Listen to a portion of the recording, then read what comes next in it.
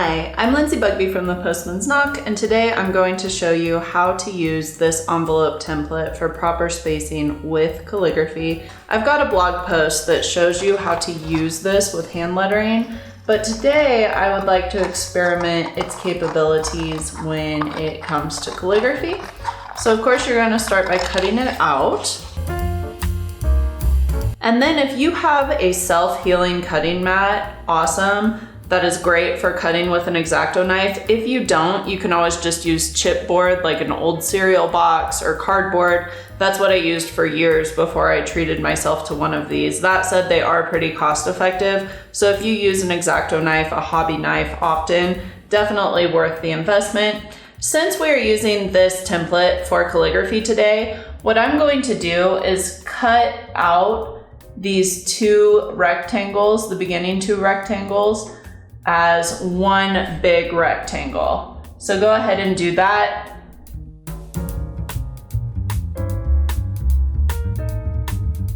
And then cut out the next three rectangles as directed.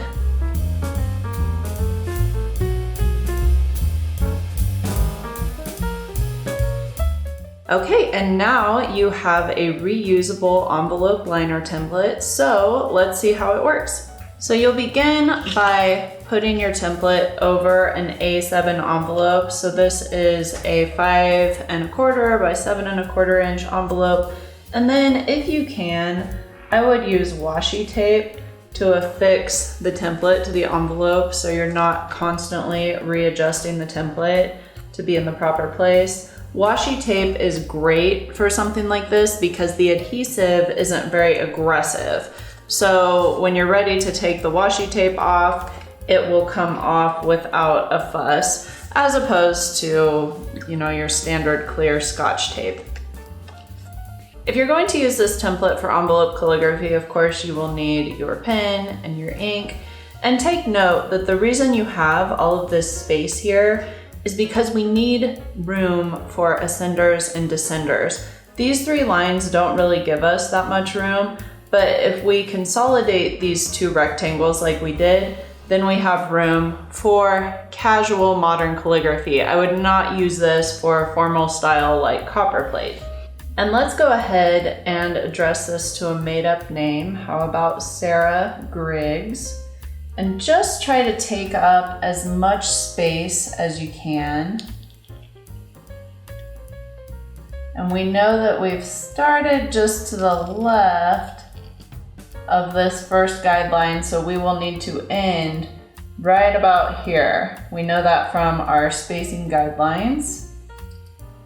And again, you have to use a bouncy modern calligraphy style with these because we have to have room to play with the descenders.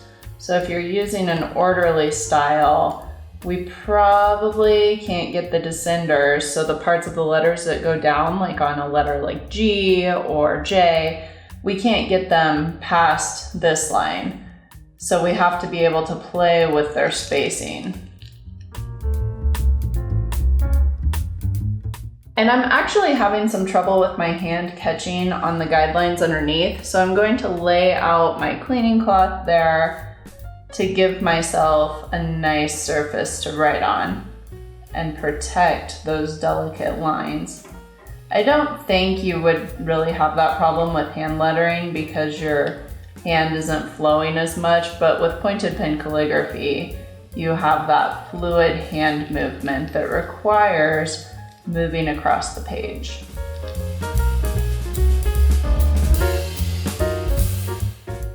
And we've ended just where we want to, so that is an excellent first address line. Now for these next three address lines, I'm not going to do those in block lettering, so letters that are printed, because their height would overwhelm this delicate calligraphy.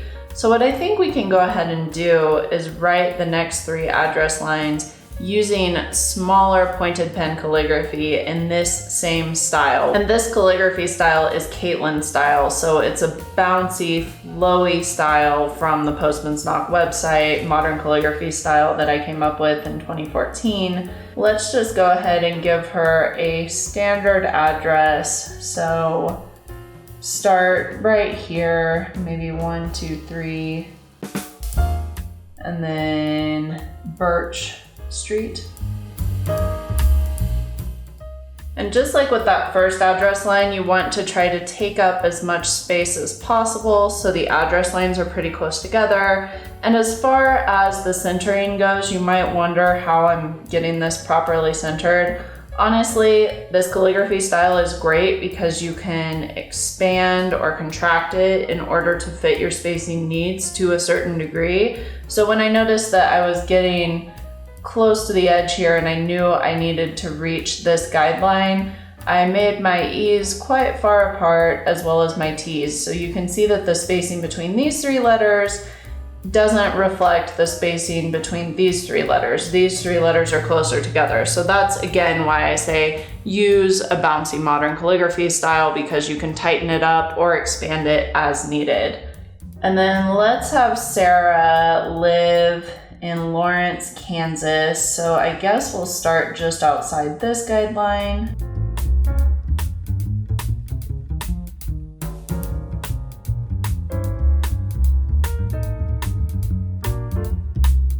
And then we will end with the zip code. Let me tell you a little trick with the zip codes. You have 5 numbers in the US, and in this case it's 66044. You start with the middle number, which is 0.